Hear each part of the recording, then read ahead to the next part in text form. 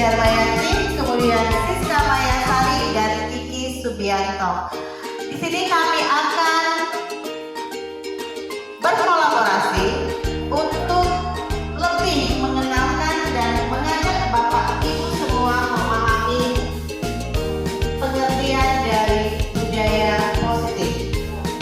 Oke, ya, dalam hari ini dalam kesempatan kali ini kami berempat akan menyebarkan pemahaman dan penerapan pengalaman budaya positif. Sebelum kita mulai ke sesi kegiatan selanjutnya, kita mulai dulu dengan ice breaking yang akan dipimpin oleh Bu Siska Mayasari. Kepada Bu Siska, waktu dan tempat dipersilakan. Oke, biar lebih semangat lagi, kita ice breaking terlebih dahulu. Silakan untuk dalam satu kelompok. Jadi per kelompok saja ya. Nah, per kelompok saja kita ice breaking mulut yang salah. Oke? Gimana? Mulut yang salah. Kalau misalnya contoh 1 ditambah 1 itu kan jawaban yang tepat adalah 2. Tapi mulut yang salah kalau 1 ditambah 1 itu dari boleh 11, boleh 0 ya. Jadi mulut yang salah. Silakan berdiri membuat timnya masing-masing.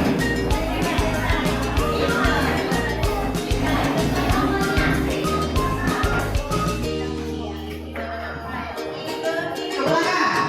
Buat ke belakang saja. Mau ke belakang atau mundur? Melihat juga boleh.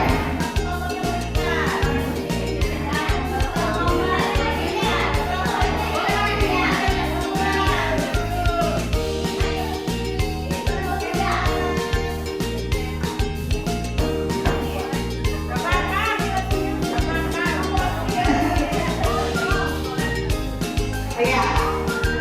Ready? Semangat ya.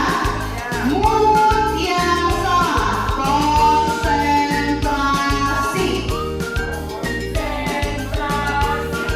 Konsentrasi dimulai. Oke.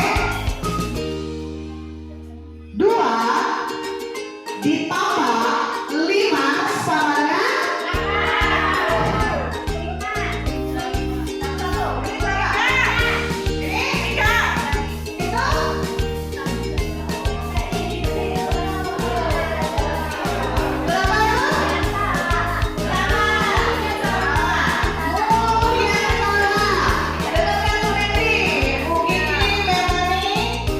benar ya, benar ya, kalian salah. Oke, lanjut yang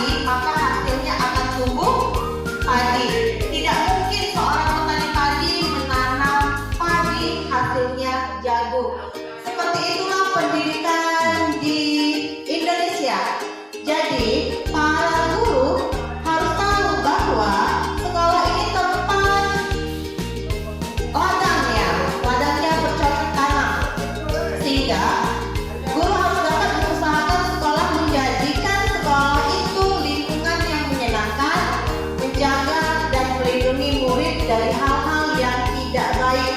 Kalau sekolahnya menyenangkan, gurunya menyenangkan, maka karakter murid tersebut akan tumbuh sesuai dengan profil pelajar Pancasila. Aksi nyata budaya positif kali ini bertujuan untuk menumbuhkan budaya positif di sekolah dengan meyakini nilai-nilai kebajikan. Kalau Bapak Ibu guru tahu nilai-nilai kebajikan itu sebenarnya ada banyak. Salah satunya yang telah kita pelajari yaitu nilai-nilai yang terdapat pada profil pelajar Pancasila. Masih ada lagi nilai-nilai kebajikan yang telah dicetuskan dalam 5 organisasi dunia. Nanti akan dijelaskan lebih lanjut. Kemudian, ini konsep inti dari budaya positif yang selama ini yang kita tekankan di sekolah. Yang pertama yaitu perubahan paradigma belajar. Disiplin positif, nilai-nilai kebaikan, kebutuhan dasar manusia, motivasi perilaku manusia, posisi power guru, keyakinan kelas, dan segitiga konstruksi. Untuk materi yang pertama dan yang kedua nanti akan disampaikan oleh Bu Siska, kemudian nanti dilanjut oleh Bu Neti dan Bu Kiki. Kepada Bu Siska dipersilakan. Oke, terima kasih Mem Nani. Untuk di sini adalah pembelajaran dengan paradigma baru. Nah, di sini sesuai dengan dimensi profil pelajar Pancasila yang sudah kita terapkan dalam kurikulum Merdeka.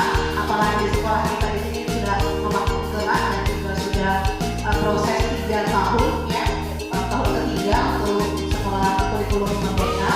Nah, di sini ada profil pelajar Pancasila yang harus kita perhatikan. Ada 6 dimensi profil pelajar Pancasilanya yang harus kita ya, boleh nanti dengan lagu, boleh juga dengan apa.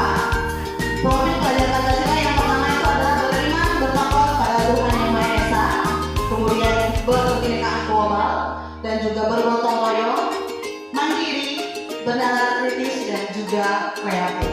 Itu dimensi profil pelajar Pancasila yang harus kita tumbuhkan dalam sekolah kita. Nah, kemudian untuk pembelajaran dengan paradigma baru itu adalah pembelajaran yang dirancang berdasarkan prinsip pembelajaran berdiferensiasi.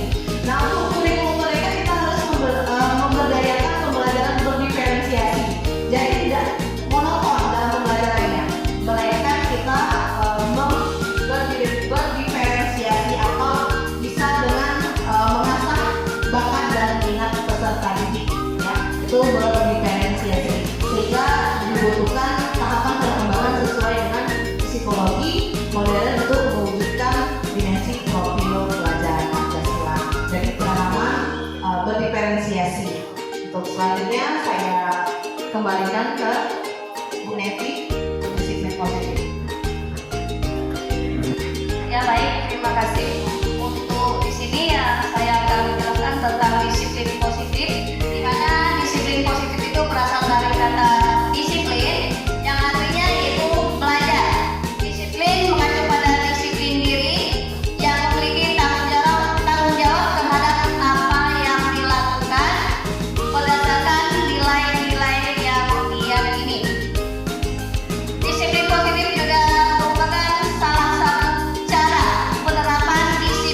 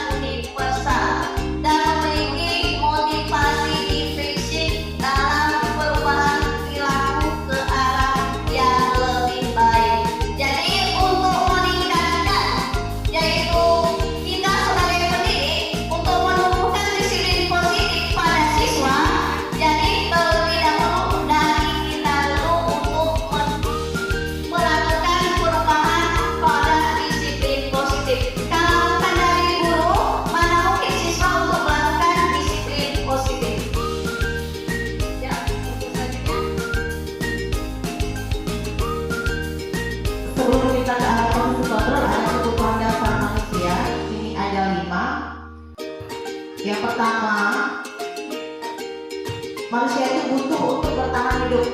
Kemudian perlunya kasih sayang dan rasa diterima, ada penguasaan, kebebasan, dan kesenangan.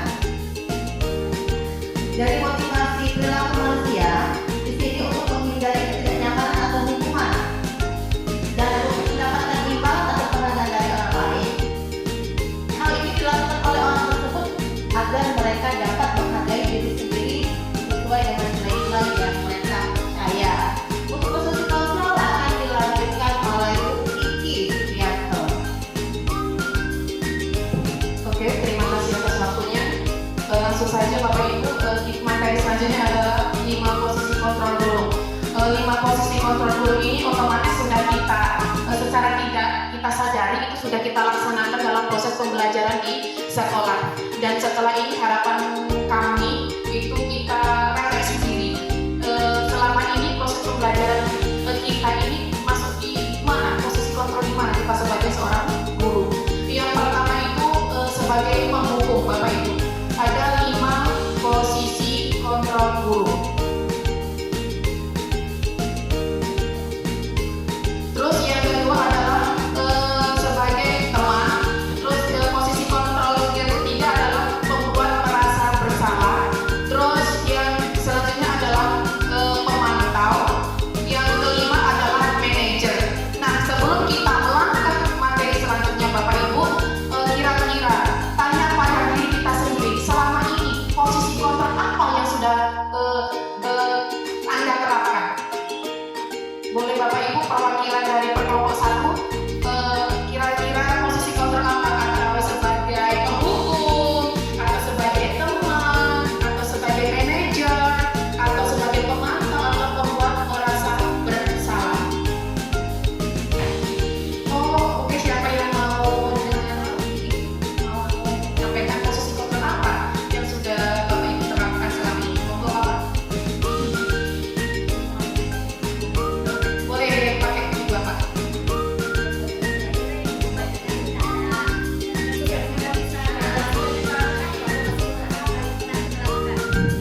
Maka yang pernah saya lakukan itu ada 4: penghukum, sebagai teman, sebagai pembuat merasa bersalah, dan pemantau.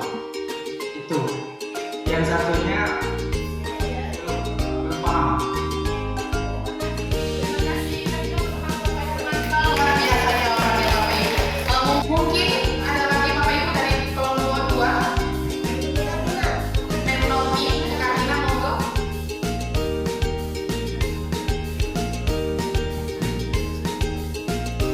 Kalau saya situasional ya, dari benar Pak yang mengatakan tadi, dari tujuan yang kita pahami secara umum itu yang 4: penghukum, teman, pembuat merasa bersalah, sama pemantau.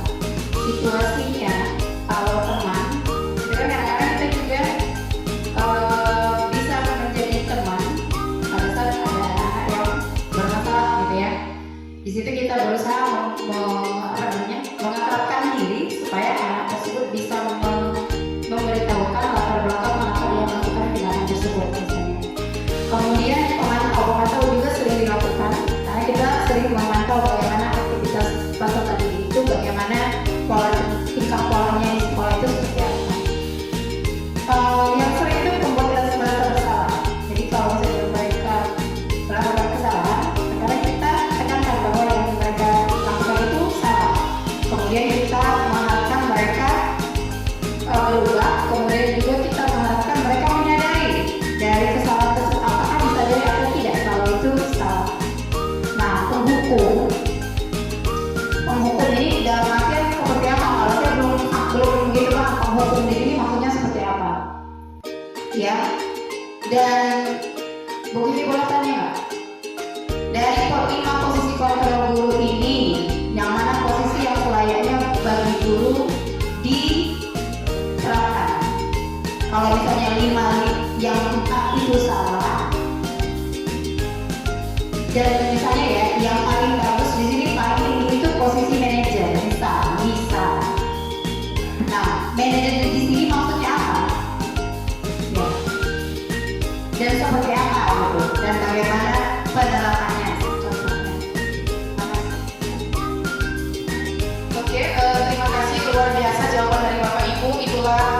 posisi kontrol yang sudah diterapkan Bapak Ibu, kita akan lebih mengetahui lagi kayak apa sih kita berperan sebagai penghukum dan 4 posisi kontrol lainnya. Kita bisa dibaca di slide ini. Contoh posisi kontrol penghukum itu ada hormat pada bendera satu jam itu penghukum. Terus sebagai teman dengan kata ayo dong ikut aturan sekolah, tolong bareng Bapak Ibu ya sekali ini ya sudah tidak apa-apa. Lain kali jangan sampai berbuat seperti ini lagi yang itu sebagai teman. Itu kalimat kita sebagai teman untuk siswa itu posisi teman. Terus yaitu membuat rasa bersalah. Berapa kali Bapak harus memberitahu kamu selalu saja mengecewakan ibu bapak itu merasa bersalah. Jadi anak itu merasa bersalah dengan kata-kata kita kayak gitu sebagai guru. Terus yang selanjutnya adalah pemantau dengan kalimat kamu sudah melanggar peraturan sekolah, kamu tahu konsekuensinya. Setelah upacara kamu beri atribut ya ke koperasi dan jangan diulangi lagi perbuatan tersebut. Itu sebagai pemantau. Nah, ntar kita lebih jelasnya lagi. Yang terakhir, oh ini ada manajer. Apakah kamu tahu kesalahanmu? Kira-kira bagaimana kamu memperbaiki kesalahanmu? Jadi dari posisi manajer tersebut kita merangsang pola pikir anak. Kira-kira kesalahan kamu itu apa nak? Oh misalnya, iya bu saya keluar masuk di jam pelajaran ibu misalnya. Nah dari hal itu konsekuensi atau kesepakatan kelas apa yang sudah anda langgar? Oh iya bu saya tidak menghormati kayak gitu. Tidak menghormati karena keluar masuk di jam pelajaran. Dari itu kita muncul, oh kalau kayak gitu, hal apa yang perlu siswa itu lakukan? Kita tanyakan, hal apa yang kira-kira yang harus kamu perbaiki nak? Misalnya, oh ya bu, mulai hari ini saya tidak lagi keluar masuk karena itu tidak baik dan sudah melanggar kesepakatan kelas kita. Nah itu.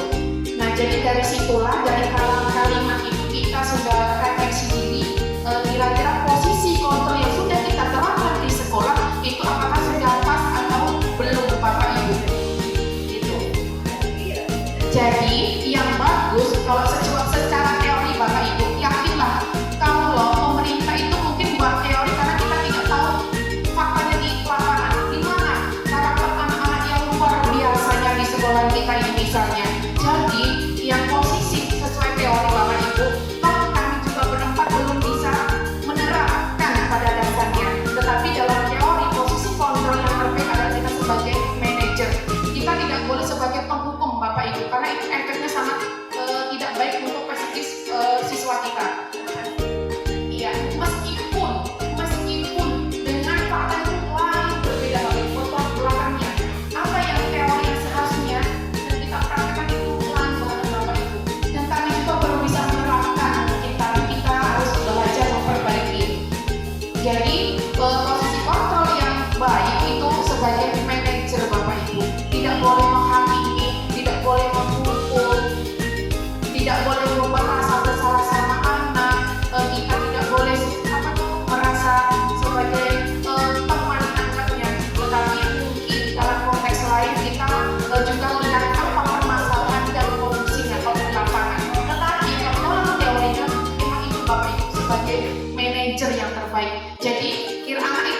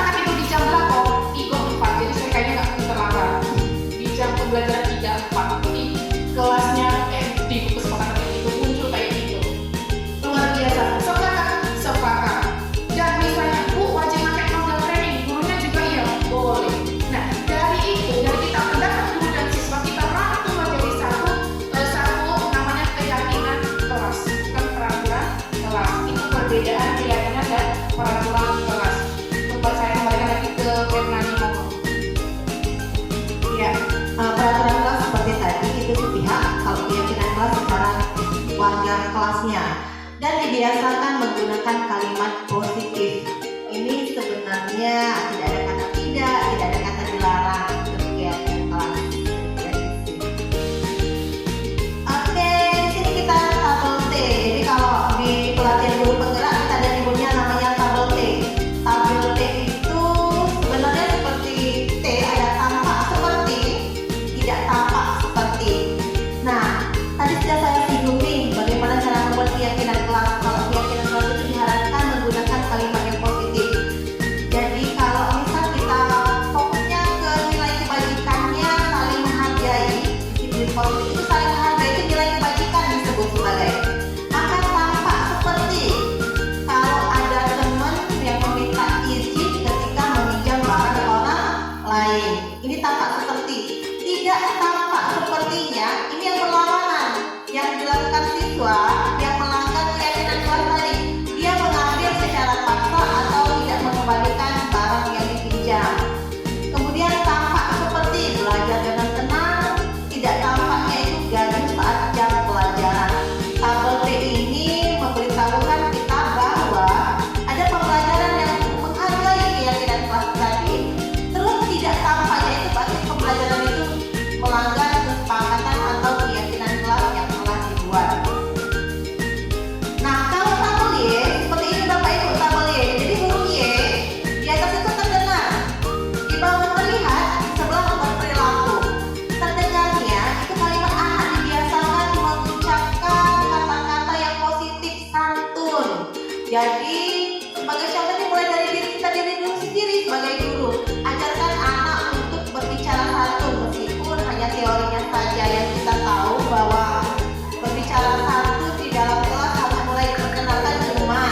Saya sadar diri sebagai guru sering juga mengeluarkan kata-kata yang bernilai negatif, cuman mulai sekarang tampaknya dari pengalaman mengikuti lokakarya 1, 2 sampai mengikuti modul budaya positif ini agak sedikit berubah paradigma saya selaku kontrol dan peran guru.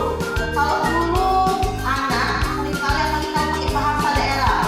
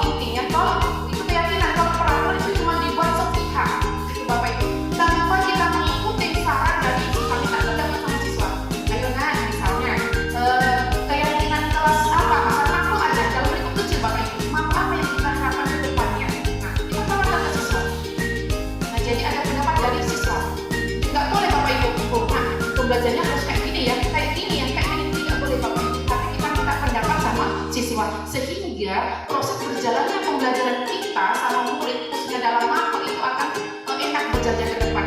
Tidak ada paksaan. Misal kayak pembelajaran PJOK. Saya setiap masuk awal itu pasti ada kesepakatan Bapak Ibu, kesepakatan mapel saya. Misalnya, kita tawarkan dulu, apa harapannya? Oke, kalau Ibu terlambat 10 menit saya tidak masuk.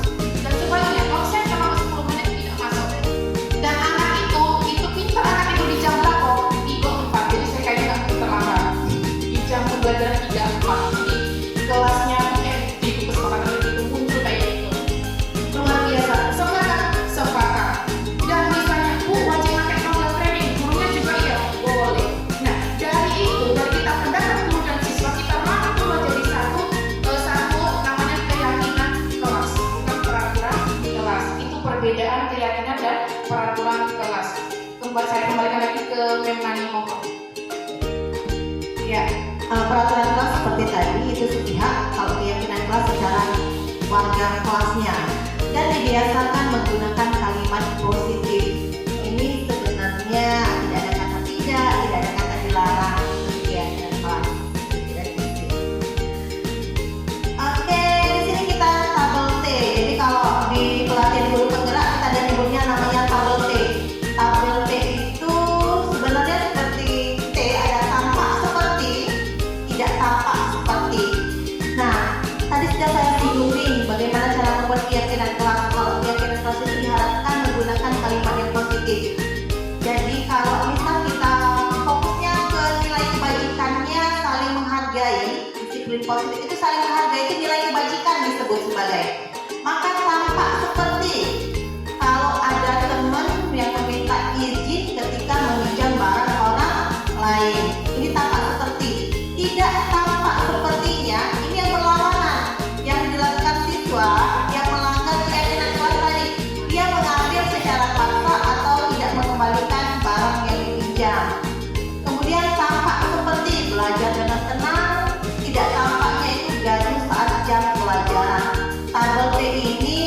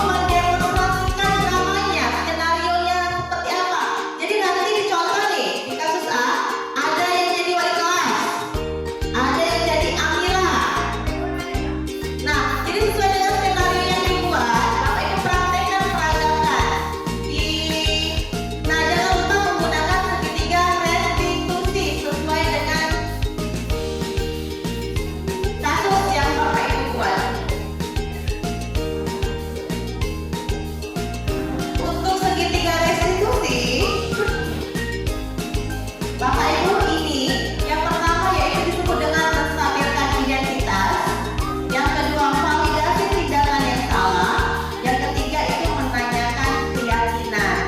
Jadi Bapak Ibu diminta untuk membuat drama sesuai dengan konteks kasus, skenario kasus dengan melibatkan segitiga restitusi. Nanti akan dinilai oleh kelompok lain apakah drama yang Bapak Ibu buat sesuai skenario ada ketiga-tiganya.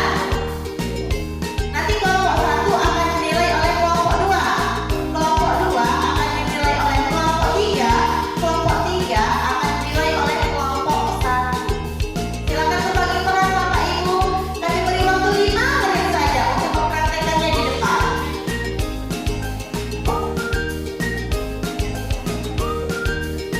Nah, untuk lihat apa pertanyaan yang ada di diskusi drama tersebut itu ada di teks pada bagian bawah Bapak Ibu. Apa sih di tahapan menstabilkan identitas, terus di tahapan validasi tindakan, dan yang ketiga adalah tahapan menanyakan keyakinan. Itu sudah ada di teks di bawah Bapak Ibu.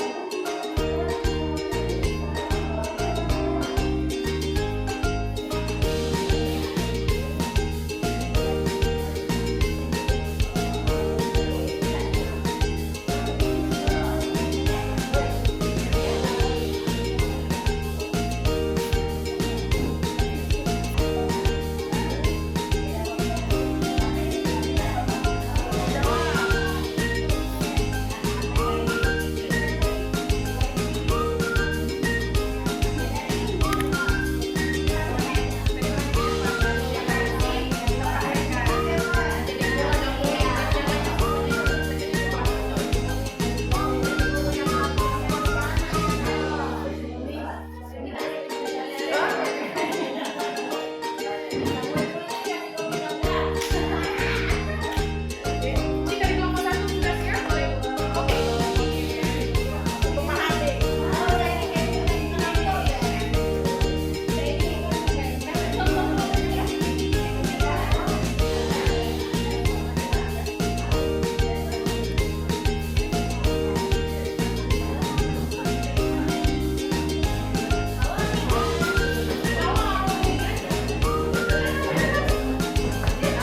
Ya, perhatikan ya buat kelompok 3 dan kelompok 1 dengan segitiga restitusi, yaitu yang pertama menstabilkan identitas, yang kedua validasi tindakan yang salah, dan yang ketiga menanyakan keyakinan. Apakah tiga-tiganya sudah diterapkan atau belum? Halo, selamat pagi anak-anak. Apa kabarnya hari ini? Sudah siap belajar? Ya, hari ini kita mau belajar tentang bermain peran. Nah, bermain peran itu anak-anak, bermain peran itu nanti ada hubungannya dengan mata pelajaran kita. Ya, oke, silakan mau kemana? Ya.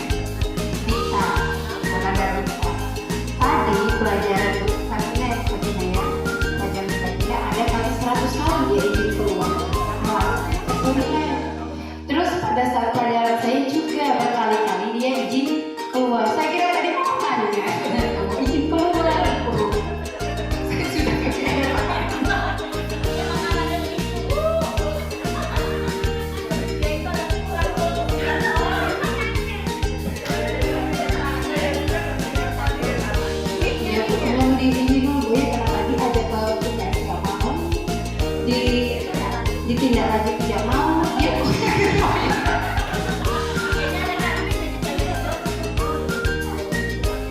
Itu aja Bu ya, kalau pengen aja. Terima kasih.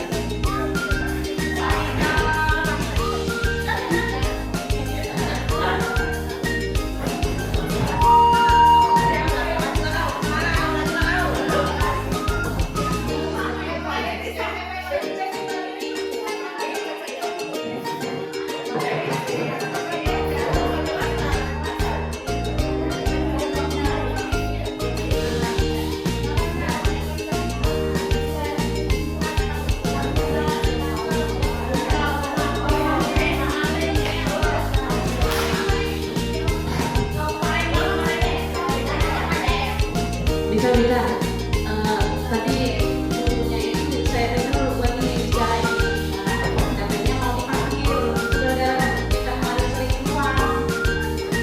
Kita yuk gimana ini jadi yuk nanti dipanggil nggak mau? Emang benar nggak mau sulit?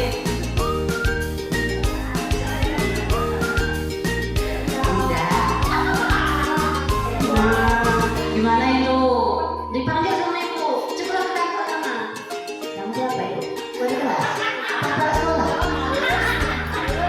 Semuanya gurunya itu manggil sebenarnya cuma wali kelas. Kawan? Ayo.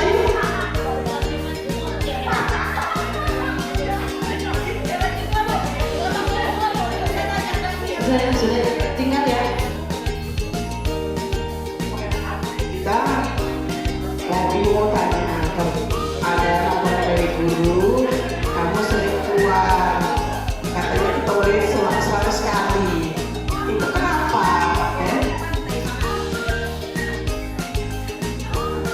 Ya Bu, saya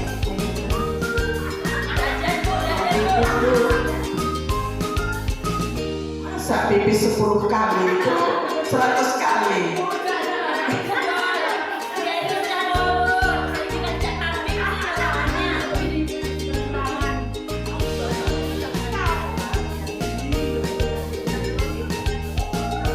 Kita tahu kesalahannya apa?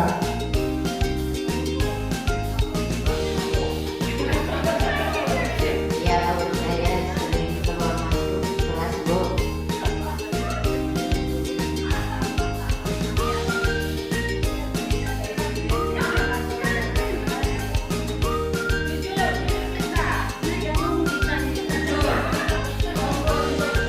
Alasannya apa yang sering keluar kelas itu? Saya capek belajar. Katanya sembelin, katanya ke toilet, kok capek belajar? Kenapa?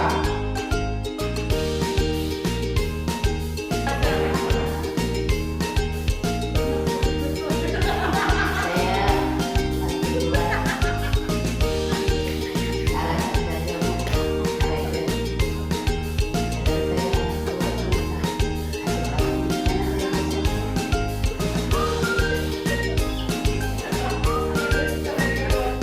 Keyakinan kelas kan kita ada keyakinan kelas ya. Jadi keyakinan kelas apa yang kita langgar? sering keluar masuk kelas saat pelajaran. Iya, jadi saya tidak menghormati keyakinan kelas kita Bu. Saya mohon maaf Bu ya. Ya, saya tidak akan mengulangi lagi Bu.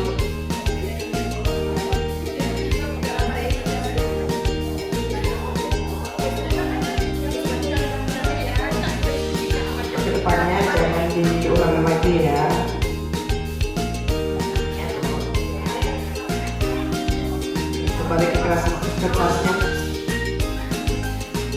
Ya, kita kasih aplaus semua kita tadi itu alasan saja yang tipis ya, ternyata dia capek. Nah, kira-kira dari diskusi dan juga teatrikal sedikit tadi, drama tadi, keyakinan kelas juga stabilitas dan validasi tindakan atau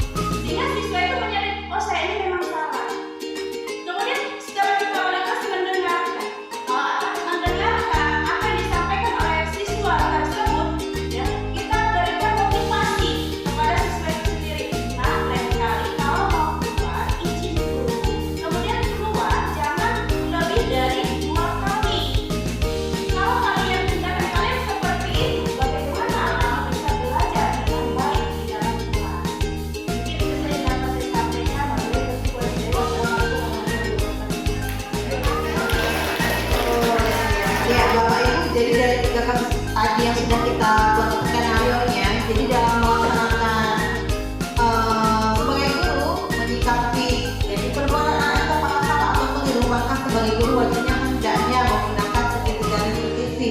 Jadi bentuk segitiga Bapak Ibu, mau didulukan yang mana boleh, mau menstabilkan identitas dulu, mau melakukan validasi tindakan yang salah dulu, atau menanyakan keyakinan terlebih dahulu. Yang penting ketiga-tiganya kita laksanakan. Apa sih itu menstabilkan identitas? Ini Bapak Ibu guru biasanya contoh kalimatnya. Seringkali kita gunakan Bapak Ibu tanpa kita sadari. Biasa memang kalau di dalam penanganan kasus itu seringkali kita lakukan. Cuma kita baru tahu ini namanya ini segitiga restitusi. Kalau menstabilkan identitas ini berbuat salah itu wajar loh nak. Tidak ada manusia yang sempurna. Ibu bapak guru juga pernah melakukan itu. Ayo, ibu bapak tidak mau mencari siapa yang salah, tapi ibu bapak ingin mencari solusi dari permasalahan ini. Kamu berhak merasa begitu. Ini contoh kalimat yang digunakan untuk menstabilkan identitas ketika kita menemukan siswa yang melakukan kesalahan atau kekeliruan atau berupa pelanggaran. Kemudian untuk validasi tindakan yang salah, ini kita biasanya menggunakan kalimat atau kalimat yang nama itu seperti kamu pasti punya alasan mengapa melakukan hal itu. Padahal kamu bisa, padahal kamu sadar melakukan ini yang lebih buruk dari ini ya. Padahal kamu pernah melakukan yang lebih buruk dari ini ya. Kamu patut bangga karena telah memiliki sesuatu yang penting bagimu. Kamu melakukannya karena mempertahankan sesuatu yang penting bagimu. Kalau pertanyakan keyakinan, ini tadi sudah baca contoh-contohnya yang disebutkan pada skenario 5 tadi. Keyakinan kelas apa yang kita sepakati? Apa kita? Nilai-nilai telah bersama? Seperti apa gambaran sebuah kelas yang ideal menurut kamu? Atau kamu ingin menjadi orang yang seperti apa? Jadi untuk menanyakan keyakinan Bapak Ibu. Ya, penerapan kita restitusi. Terima kasih Bapak Ibu. Jadi ya tetap menjadi guru yang hebat, melaksanakan pembelajaran yang positif, membudayakan disiplin positif, menerapkan segitiga restitusi. Terima kasih atas waktunya. Wabillahi hidayah, kami CGT berempat mohon izin pamit undur diri. Terima kasih atas bantuannya. Wabillahi hidayah. Wassalamualaikum warahmatullahi wabarakatuh. Buri, tadi ibu dengar kamu berkelahi dengan Ruli. Iya Bu, habisnya saya kesel sih Bu. Kenapa kesal? Soalnya dia nge-plagiat karya saya Bu. Saya udah usaha 3 hari 3 malam sampai bergadang, dia seenaknya aja nge-plagiat karya saya. Oh begitu, pantasan kamu marah dan juga kesal. Jika ibu di posisi kamu, mungkin ibu akan melakukan hal yang sama. Lalu apa yang akan kamu lakukan terhadap Ruli? Tadi saya sempat marah-marah Bu, juga kata kasar sedikit, gebrak meja sama ngelemparin karya saya ini ke dia. Oh begitu. Kamu seperti ini pasti ada alasannya kan? Ya Bu, soalnya saya kan susah payah mikirin ide biar bisa dapet nilai bagus. Dia cuma seenaknya Bu, langsung mintain karya saya ke dia. Oke, wajarlah kalau kamu merasa marah dan juga kesal karena hasil karya kamu itu diplagiat oleh Ruli. Tapi ibu sangat menghargai tindakan kamu yang tidak berbuat lebih jauh seperti halnya mungkin memukul dan lain sebagainya. Sekarang kamu pikirkan, tindakan kamu marah itu dengan menggetrak meja itu kira-kira sudah melanggar atau tidak sesuai dengan keyakinan kelas kita? Iya Bu. Ya. Kira-kira menurut kamu keyakinan kelas apa yang sudah kamu langgar? Menghargai antar sesama teman. Betul sekali. Jadi itu adalah menghargai sesama teman. Keyakinan kelas apa yang akan kamu lakukan pada saat kamu sedang marah? Kedepannya saya bakal lebih bisa mengontrol amarah lagi Bu, bisa nahan emosi sama juga bersabar. Ya, kamu bersedia memperbaiki masalah ini? Bersedia Bu. Ya, betul sekali. Apa yang akan kamu lakukan untuk memperbaiki masalah ini ke depan? Setelah dari sini saya nanti akan ke Ruli untuk minta maaf ke dia, juga kedepannya saya tidak akan mengulangi kesalahan ini lagi. Ya, betul sekali. Jadi harus saling bisa menghormati dan menghargai temannya. Iya. Terima kasih, Puri. Silakan kembali ke. Terima kasih Bu.